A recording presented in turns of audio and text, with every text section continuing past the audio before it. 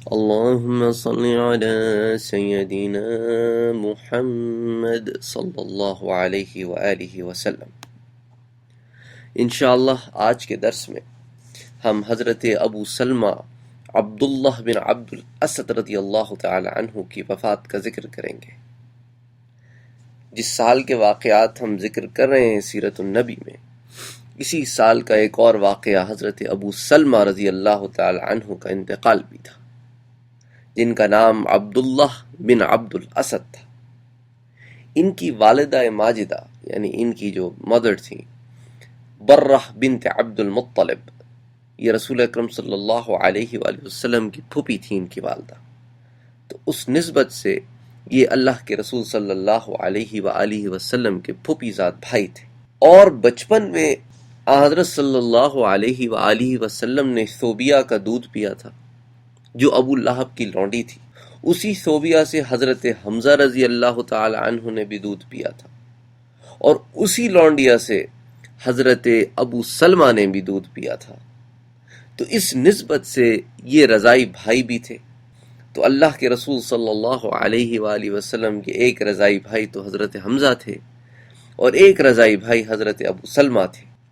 اور حضرت حمزہ ایک طرف رشتے میں چچا تھے تو دوسری طرف رضائی بھائی تھے۔ اسی طرح حضرت ابو سلمہ ایک طرف رشتے میں پھوپھی زاد بھائی تھے تو دوسری طرف رضائی بھائی تھے۔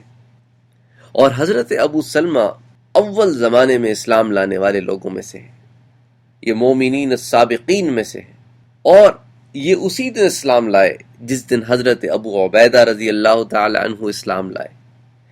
حضرت عثمان بن عفان، ارقم بن ابی ارقم، تو گویا ابو عبیدہ، عثمان بن عفان، ارقم بن ابی ارقم اور ابو سلمہ، یہ چاروں ایک ہی دن انہوں نے اسلام قبول کیا۔ حضرت ابو سلمہ کی شادی حضرت ام سلمہ سے ہوئی، اور انہوں نے بھی اوائل دور میں اسلام قبول کیا۔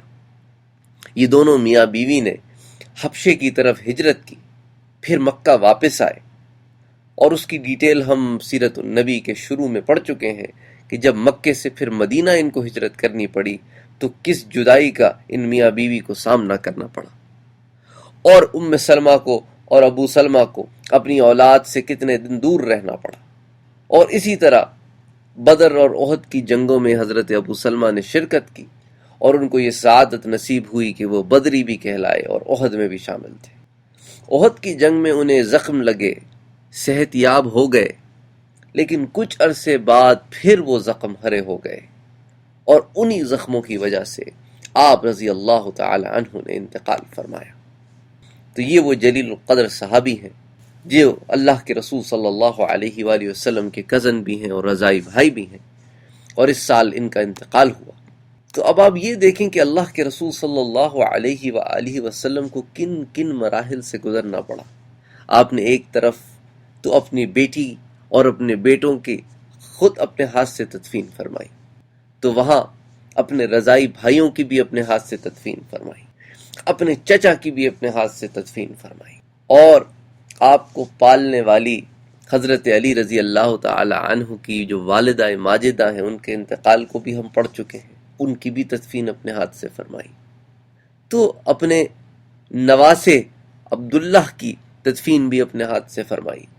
تو اللہ کے رسول صلی اللہ علیہ وآلہ وسلم کی جو زندگی ہے اس سے اتنے سبق ملتے ہیں، اتنے سبق ملتے ہیں، کیونکہ اللہ نے آپ کو کئی مراحل سے گزارا جس سے امت کا کوئی شخص گزر سکتا تھا۔ انشاءاللہ تعالی پھر اگلے درس میں ام سلمہ رضی اللہ تعالی عنہ آپ صلی اللہ علیہ وآلہ وسلم سے شادی کو ذکر کریں گے۔